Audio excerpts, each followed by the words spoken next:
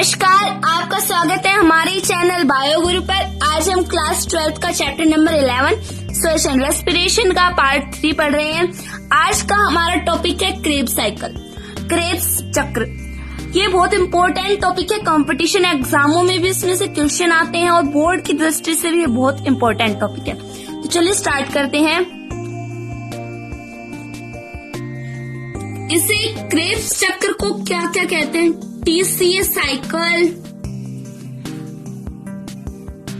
Citric acid cycle भी कहते हैं। क्यों कहते हैं ये हम पढ़ेंगे। क्रेब्स चक्र क्यों कहते हैं, फर्स्ट ऑफ ऑल हम जानेंगे कि इसे क्रेब्स चक्र क्यों कहते हैं।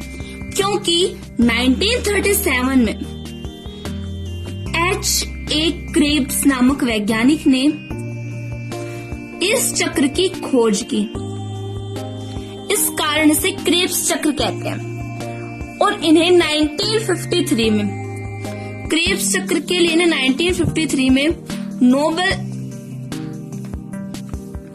नोबेल पुरस्कार, नोबेल प्राइज दिया गया। नोबेल प्राइज से सम्मानित किया गया। अब हम जाने की इसे TCA की फुल फॉर्म होती है try carboxylic acid. Try carboxylic acid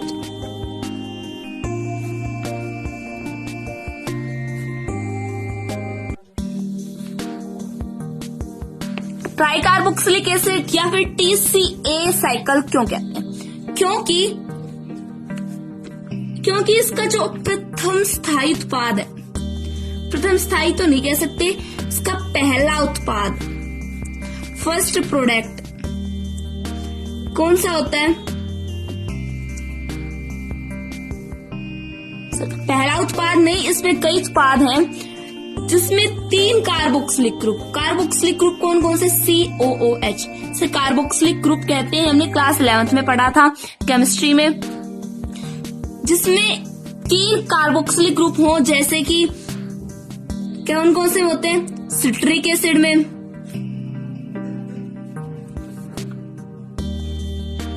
सिस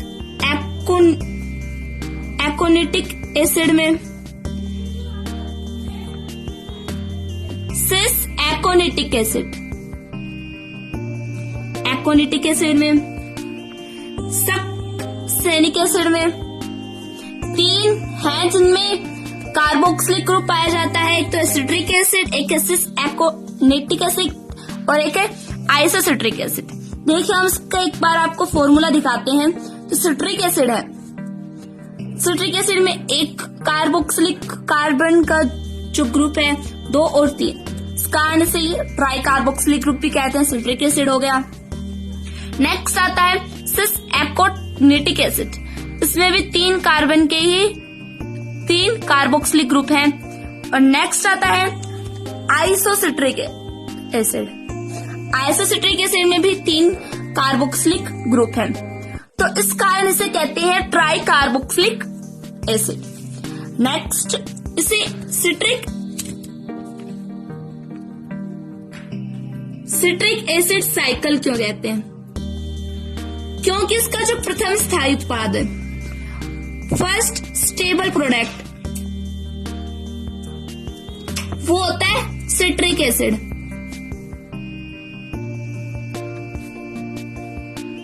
इस कारण इसे सिट्रिक एसिड साइकिल भी कहते हैं। ये हमने जान लिया कि क्रेब्स चक्र को किन किन नामों से भी जानते हैं।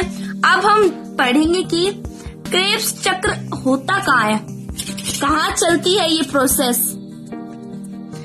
क्रेब्स चक्र है, ये होता है माइटोकॉन्ड्रिया के मैट्रिक्स भाग में। कहाँ होता है?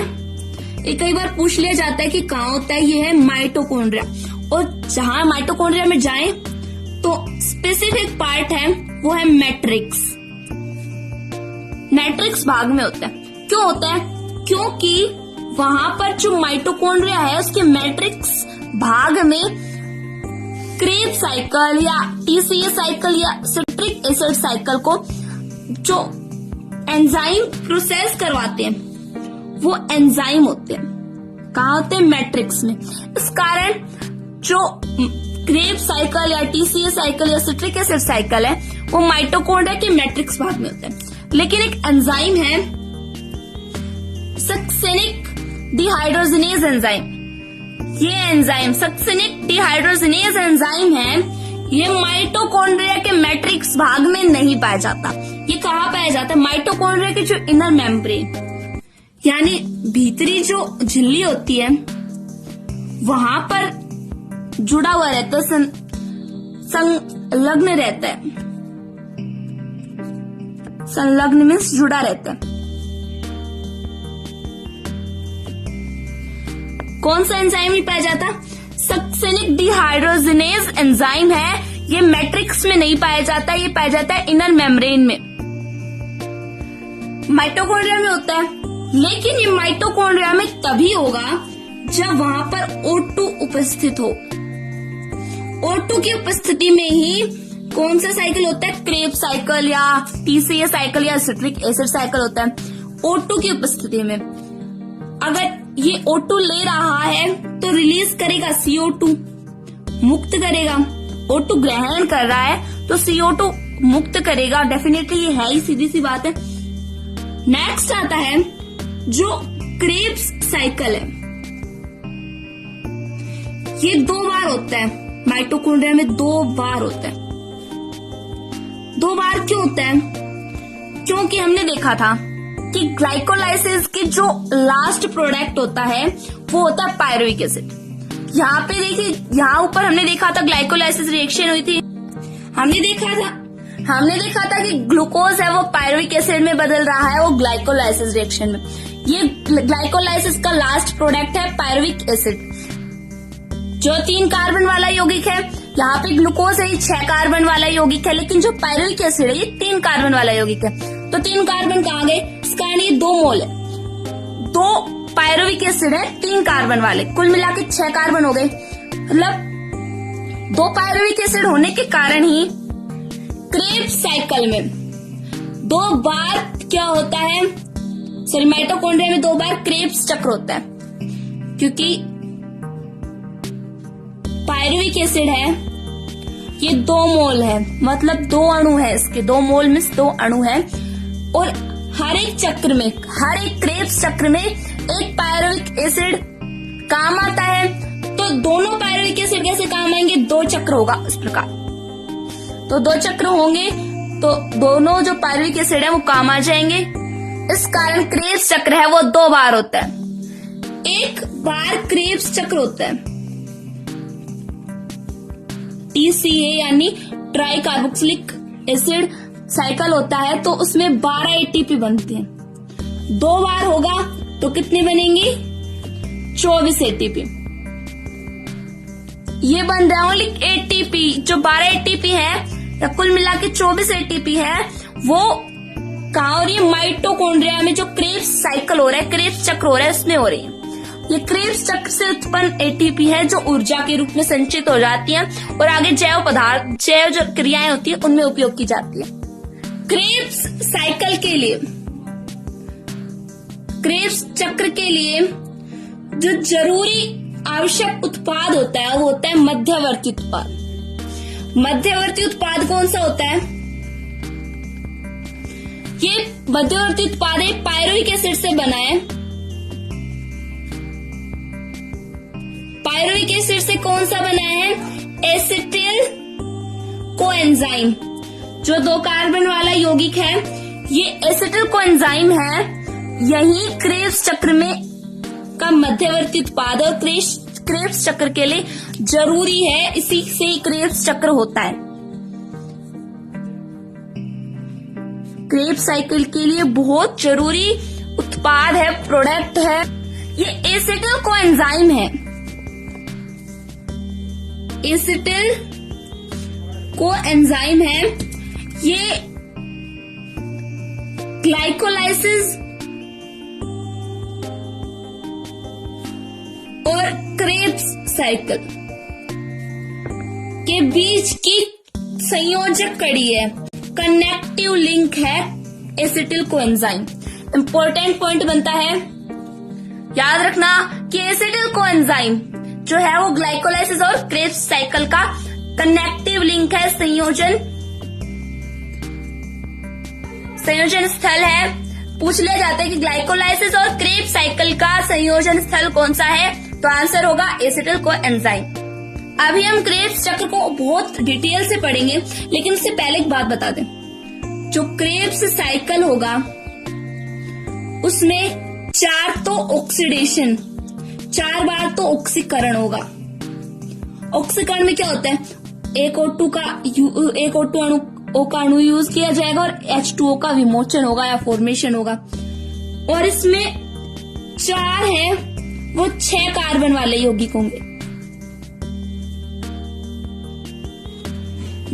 5 कार्बन वाला यौगिक केवल 1 होगा, 5 कार्बन वाला यौगिक 1 होगा और 4 कार्बन वाले 5 यौगिक होंगे।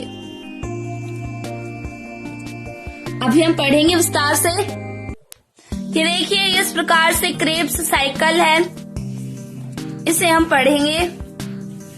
चलिए देखते हैं। जो पायरुविक एसिड है, ये ग्लाइकोलाइसिस रिएक्शन से बना पायरुविक एसिड है, ये 3 कार्बन वाला यौगिक है और इसकी 2 मोल है, 2 अणु है। पायरुविक एसिड है ये पायरुविक डिहाइड्रोजनेज इस एंजाइम की उपस्थिति में, ये एंजाइम किससे बना होता है, TPP यानी thiamine pyrophosphate lipoic acid magnesium ion NAD और कोएंजाइम से बना होता है। और इसमें ऑक्सीडेटिव डीकार्बोक्सिलेशन होता है। ऑक्सीडेटिव मतलब हमने बताया था ऑक्सीडेशन हो रहा है, O2 का एक अणु लिया जा रहा है और इससे H2O का फॉर्मेशन हो रहा है। और डीकार्बोक्सिलेशन में एक कार्बन है उसका विमोचन हो रहा है। यहाँ देखिए एक कार्बन मुक्त हो रहा है पायरुविक एसिड से।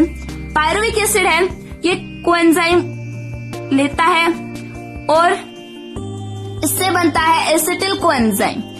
एसिटिल कोएंजाइम देखिए जैसे ये पायरुविक एसिड है, पायरुविक एसिड है, इसमें हमने कोएंजाइम इसने ले लिया और NAD है इसमें। यहाँ पे देखिए जो NAD है वो मैग्नीशियम आयन की उपस्थिति में NADH2 में बदल गई है और CO2 रिलीज हो गई। तो यहाँ पे जो CO2 है ये COOH है, कार्बोक्सिलिक ग्रुप, इसमें जो CO2 है यहाँ से ये रिलीज हो गई है लास्ट में। और जो कोएंजाइम है वो इसके स्थान पर आकर जुड़ गया और इसके जो प्रोटॉन है, हाइड्रोजन है, वो आकर के NAD पर जुड़ गए और NADH2 का निर्माण कर लिया। पायरुविक एसिड से क्या बन गया, एसिटिल कोएंजाइम। कौन से एंजाइम की उपस्थिति में, पायरुविक हाइड्रोजनेज एंजाइम की उपस्थिति में। यहाँ पे अब आगे एसिटिल कोएंजाइम बना, ये 2 कार्बन वाला कंपाउंड है और जो पायरुविक एसिड था ये 3 कार्बन वाला कंपाउंड था। तो एक कार्बन है वो CO2 के रूप में रिलीज हो गया। तो कुल मिलाकर हो गए ना 3 कार्बन वाला कंपाउंड पायरुविक एसिड। जो एसिटिल कोएंजाइम है ये अब माइटोकॉन्ड्रिया के में प्रवेश कर जाता है और क्रेब्स चक्र में हेल्प करता है।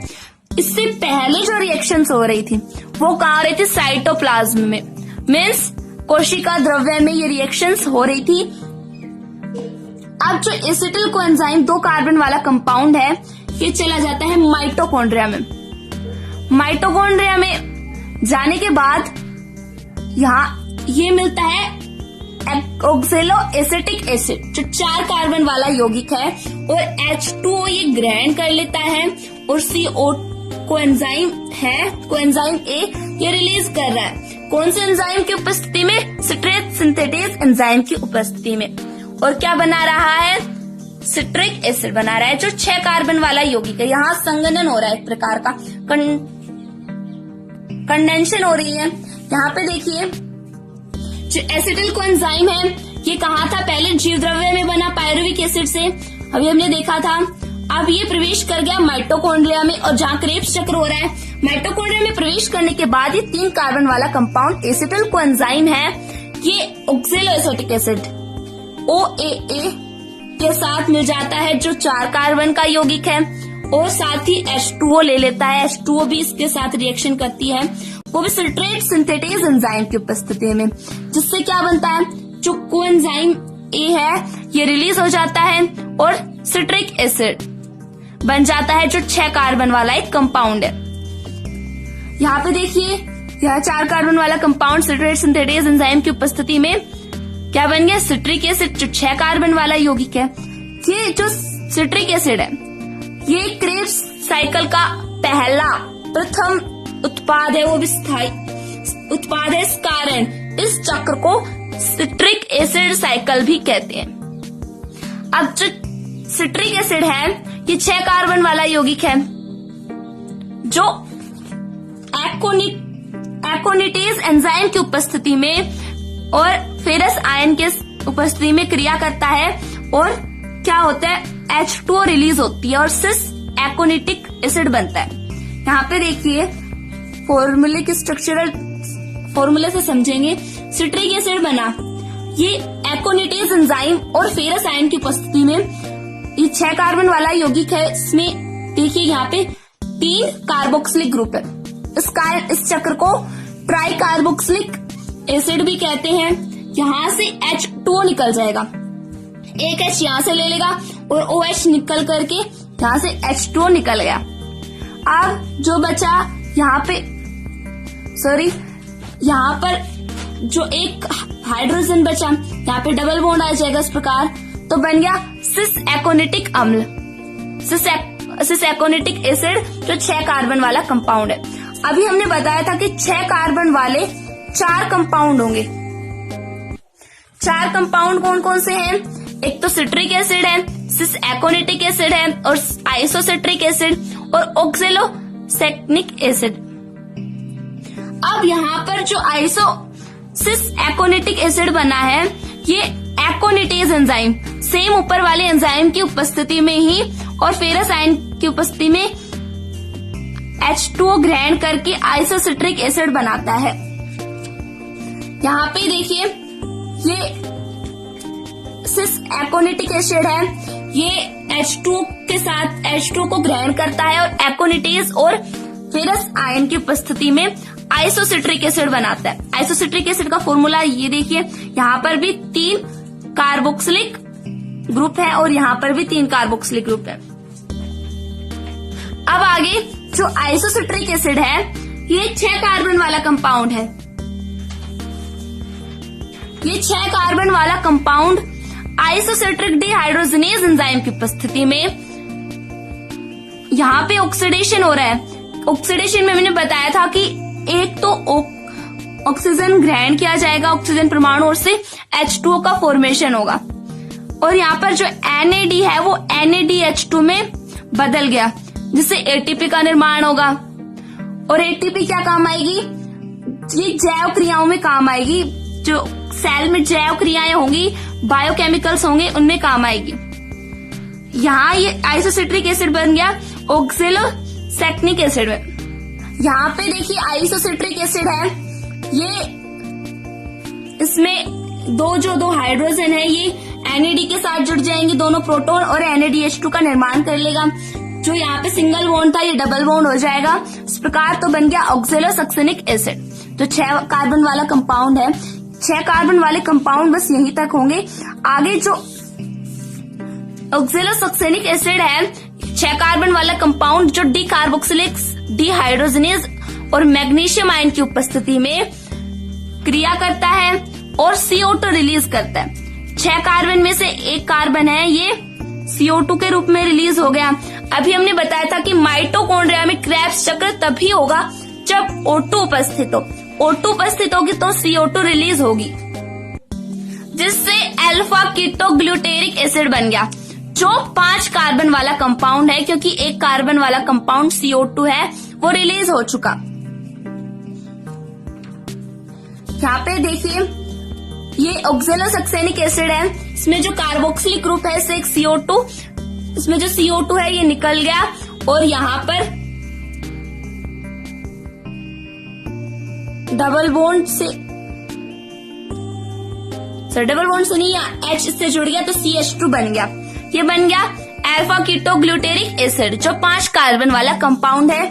6 कार्बन वाले कंपाउंड से 5 कार्बन वाला कंपाउंड बन गया। ये 5 कार्बन कंपाउंड है, ये अकेला ही है। इस इसके अलावा और कोई 5 कार्बन वाले कंपाउंड नहीं आएंगे और इसमें से एक कार्बन वाला कंपाउंड CO2 के रूप में रिलीज हो गया।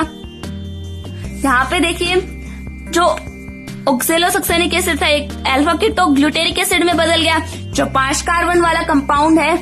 अब ये रिएक्शन करेगा alpha keto glutaric dehydrogenase enzyme की उपस्थिति में और क्या बनाएगा, सक्सिनिल कोएंजाइम। इससे CO2 रिलीज होगी क्योंकि ये 5 कार्बन वाला कंपाउंड है, ये 4 कार्बन वाले कंपाउंड में चेंज हो रहा है और एक कार्बन वाला कंपाउंड इसमें CO2 के रूप में बाहर निकल गया। इसमें कोएंजाइम है, ये ग्रहण किया जा रहा है और यहाँ पे ऑक्सीडेशन हो रहा है। मैंने बताया था कि 4 जगह ऑक्सीडेशन होगा। एक जगह तो आइसोसिट्रिक एसिड से ऑक्सैलोसक्सेनिक एसिड बनते समय हुआ था, दूसरा हो रहा है अल्फा कीटोग्लूटेरिक एसिड से सक्सिनिल कोएंजाइम बनते समय ऑक्सीडेशन हो रहा है जिसमें ऑक्सीजन का एक अणु H2O का फॉर्मेशन कर लेता है और यहाँ पे जो NAD है वो NADH2 में बदल जाता है और ये NADH2 है, इसमें ATP होती है और वो ATP कोशिका में संचित हो जाती है। यहाँ पे देखिए जो अल्फा कीटोग्लूटेरिक एसिड है ये कितने कार्बन वाला कंपाउंड है, 5 कार्बन वाला कंपाउंड। यहाँ देखिए 1 2 3 4 और 5 कार्बन है और इसमें 4 कार्बन है, एक कार्बन है वो CO2 के रूप में रिलीज हो गया। अब अल्फा कीटोग्लूटेरिक एसिड में CO2 के रूप में रिलीज हो गया और कोएंजाइम है यहाँ पे जुड़ गया और NAD है इस अल्फा कीटोग्लूटेरिक एसिड से हाइड्रोजन आयन या प्रोटॉन ग्रहण करके NADH2 बना लेता है। अब यहाँ पे देखिए सक्सेनिल कोएंजाइम में बदल गया। अब सक्सेनिल कोएंजाइम है ये सक्सेनिक थायोकाइनेज एंजाइम की उपस्थिति में सक्सेनिक एसिड बना रहा है जो 4 कार्बन वाला कंपाउंड है। इसमें H2O ग्रहण की जा रही है और जो कोएंजाइम A है वो निकाल दिया गया तो इसमें GDP और एक फास्फेट आयन जुड़ करके यानी ग्वानोसिन डाइफास्फेट एक पोटेशियम आयन के साथ जुड़कर ग्वानोसिन ट्राइफास्फेट का निर्माण कर लेता है, वो भी सक्सेनिक थायोकाइनेज एंजाइम की उपस्थिति में सक्सेनिक एसिड बन जाता है। ये देखिए सक्सेनिल कोएंजाइम A है, ये H2O और GDP प्लस एक फास्फेट आयन है, ये दोनों मिलकर के क्या बना लेंगे, GTP ग्वानोसिन ट्राइफास्फेट। और ये इसमें से कोएंजाइम निकल गया और यहाँ पर एक कार्बोक्सिलिक ग्रुप बन गया, इसे कहेंगे सक्सेनिक एसिड जो 4 कार्बन वाला कंपाउंड है और ये भी 4 कार्बन वाला कंपाउंड है।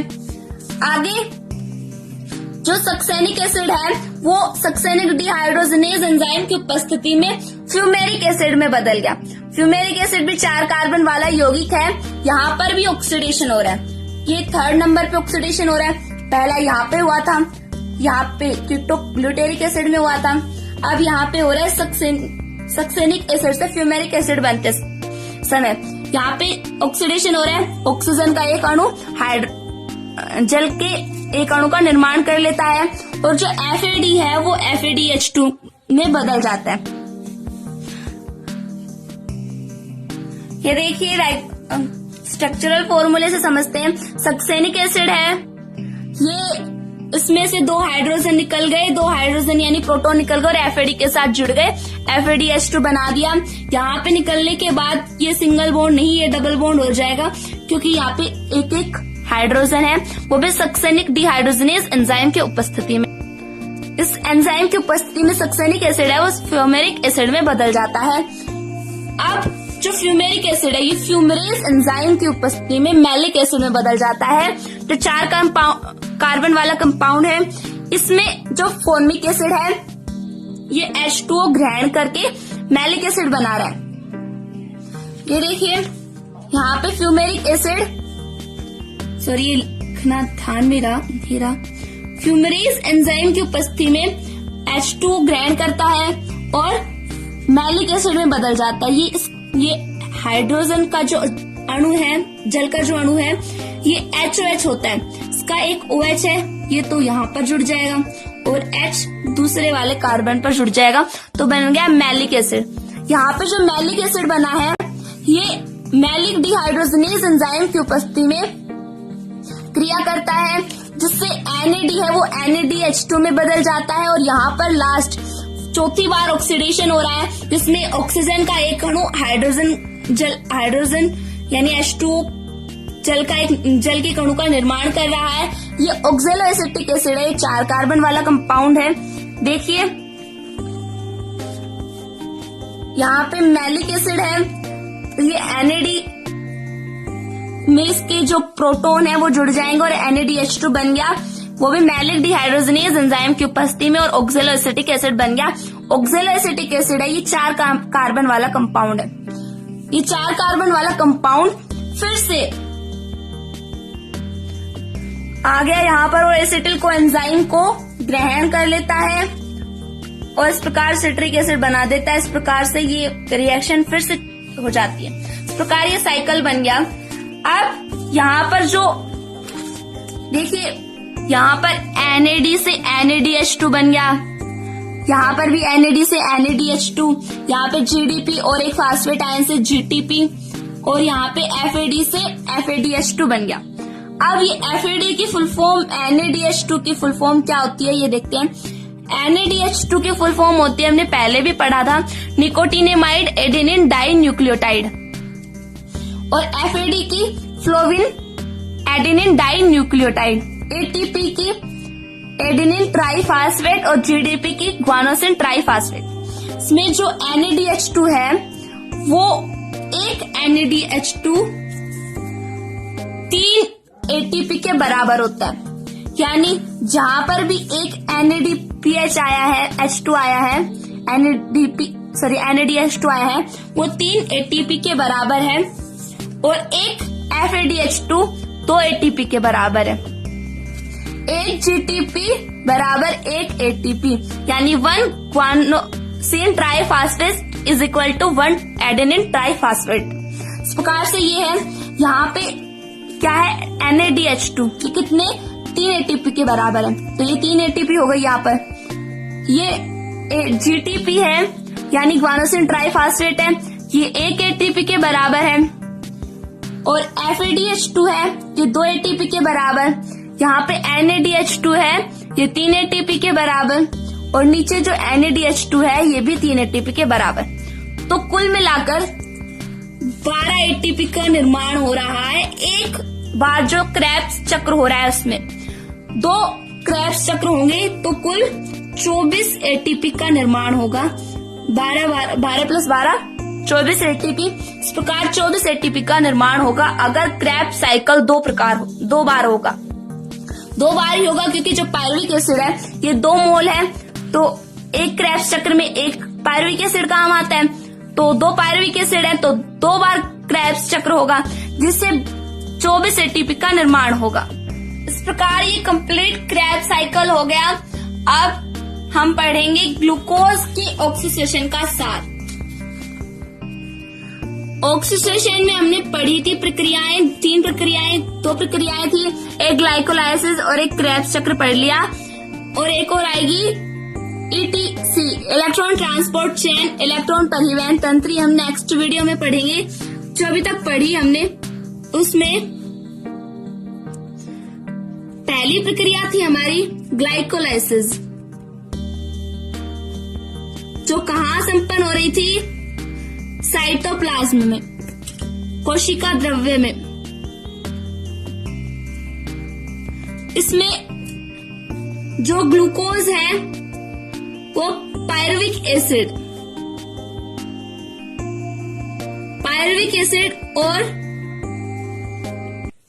में बदल जाता है। ये 6 कार्बन वाला कंपाउंड है और ये 3 कार्बन वाला कंपाउंड, इसके 2 मोल 2 अणु बनते हैं। इससे कितनी ऊर्जा उत्पन्न होती है? इससे होती है 8 ATP या फिर 6 ATP।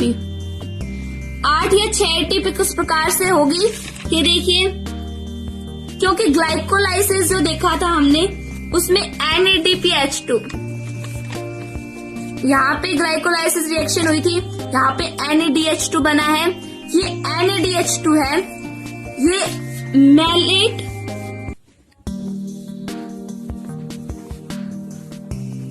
मैलेट एस्पार्टेट में प्रवेश करता है तो 6 एटीपी मुक्त होती है, इतनी ऊर्जा मुक्त होती है। अगर NADH2 ग्लिसरॉल फॉस्फेट शटल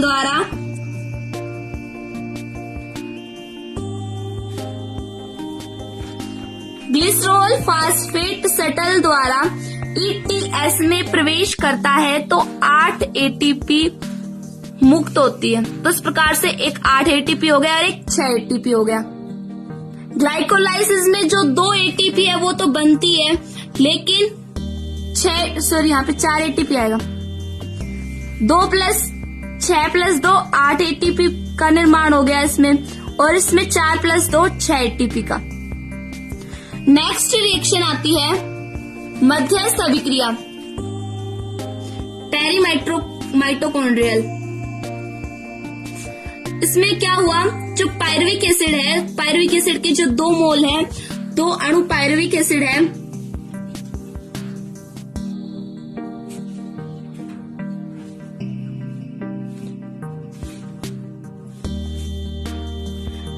ये एसिटिल कोएंजाइम में बदल गया था। यहां पर 6 एटीपी रिलीज हुई। यहां पर ये रिएक्शन है, ये होगी मध्यस्थ अभिक्रिया में। ये मध्यस्थ अभिक्रिया का बता दिया था। ये किस प्रकार से 6 एटीपी और 4 एटीपी बनते हैं हमने पिछले वीडियो में देख लिया था। यहाँ पे पायरुविक एसिड से बनते समय एसिटिल कोएंजाइम बना, तो ये 2 मोल से 1 अणु बना है, तो इसका 2 गुना हो जाएगा। तो कुल मिलाकर कितना हो गया, 6 एटीपी। क्योंकि हमने देखा था अभी NADH2 है, ये 3 एटीपी के बराबर होते हैं। यहाँ पे 2 पायरुविक एसिड है तो 2 बार होगा तो 6 एटीपी रिलीज हो गई। थर्ड रिएक्शन हमने देखी अभी क्रेब्स साइकिल। क्रेब्स साइकिल में जो 2 एसिटिल कोएंजाइम है और हाइड्रोजन जल ग्रहण किया गया था, 24 प्रोटॉन और 6 O2 6 ऑक्सीजन के अणु क्रिया करके बनाते हैं, कोएंजाइम रिलीज करते हैं, 16 प्रोटॉन, 4 CO2 रिलीज करते हैं और 12 H2O रिलीज करते हैं, जिससे कुल मिलाकर 24 एटीपी का निर्माण हुआ था। हमने देखा था अभी कि जो यहाँ पे क्रेब्स साइकिल हुई थी, एक बार में तो 12 एटीपी का निर्माण होता है, लेकिन पायरुविक एसिड 2 अणु होने के कारण क्रेब्स चक्र भी 2 बार होगा, जिससे 24 एटीपी का निर्माण हुआ। तो अब सेल में ऑक्सीडेशन में ये इन तीनों अभिक्रियाओं को जोड़ करके लिखेंगे। पहली ग्लूकोज पायरुविक एसिड से एसिटिल कोएंजाइम बना और इस सभी से ये बना, इसको लिखेंगे जोड़ करके। तो ग्लूकोज प्लस 6 O2 से 6 CO2 और 6 H2O रिलीज हो गए, और इन सभी एटीपी को जोड़ेंगे तो एक तो होगा 38 एटीपी और एक 36 एटीपी। क्योंकि अगर यहाँ पे 24 एटीपी, यहाँ पे 6 एटीपी और ऊपर पहले हम 6 एटीपी को जोड़ेंगे, 8 एटीपी को जोड़ेंगे तो 38 एटीपी होगा। कि किससे बना 38 एटीपी? ग्लाइकोलाइसिस जो हुई थी उसमें एक तो 8 एटीपी और फिर मध्यस्थ जो अभिक्रिया हुई थी उससे 6 एटीपी रिलीज हुई थी, और यहाँ क्रेब्स चक्र में 24 एटीपी। तो ये कुल मिलाकर के 38 एटीपी हो गई। अगर ग्लाइकोलाइसिस में 6 एटीपी रिलीज हो तो ये 36 एटीपी का निर्माण होता है कोशिका में। ये ऑक्सीडेशन से कुल ऊर्जा 36 या 38 एटीपी का निर्माण हो रहा है। अब हम पढ़ेंगे क्रेब्स चक्र का महत्व। पहला आता है, अभी हमने देखा था कि क्रेब्स चक्र में कुल 24 एटीपी का निर्माण हो रहा था। ये एटीपी है, ये ऊर्जा का कार्य करती है, ऊर्जा के रूप में संचित हो जाती है, जो कोशिका में, सेल में जैव क्रियाएं करने में सहायक होती है। जो जैविक कार्य होते हैं सेल में, उनको संपन्न करने का कार्य ये एटीपी जो ऊर्जा का निर्माण कर लेती है, ये करता है। नेक्स्ट आता है क्रेब्स चक्र में जो मध्यवर्ती उत्पाद बने थे वो किसी अन्य जैव अणुओं का संश्लेषण करते हैं, किसी भी जैव अणुओं का संश्लेषण करते हैं। फॉर एग्जाम्पल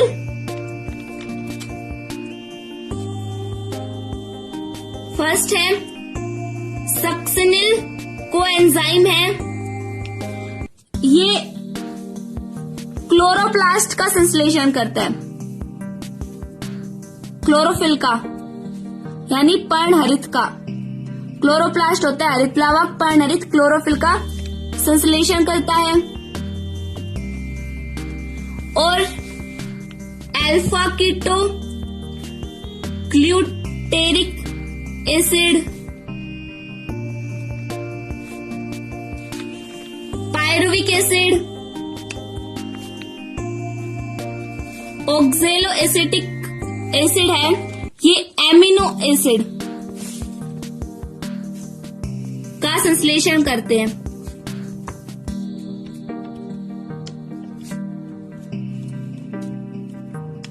यहाँ पे क्रेब्स चक्र में जो एटीपी है, ये ऊर्जा का निर्माण होता है एटीपी से, जो सेल में जो जैव क्रियाएं होती हैं उनको संपन्न करने के काम आती है। सेकंड है क्रेब्स चक्र से जो मध्यवर्ती उत्पाद बने वो जैव अणुओं के संश्लेषण में काम आते हैं। जैसे सक्सिनिल कोएंजाइम है, ये पर्णहरित के संश्लेषण में alpha ketoglutaric acid, pyruvic acid और ऑक्जेलोएसिटिक एसिड है, ये एमिनो एसिड के संश्लेषण में काम आते हैं। आशा करती हूँ आपको ये वीडियो समझ में आया होगा। अगर आपको हमारा ये वीडियो अच्छा लगा हो तो चैनल को सब्सक्राइब और वीडियो को लाइक जरूर करें। धन्यवाद।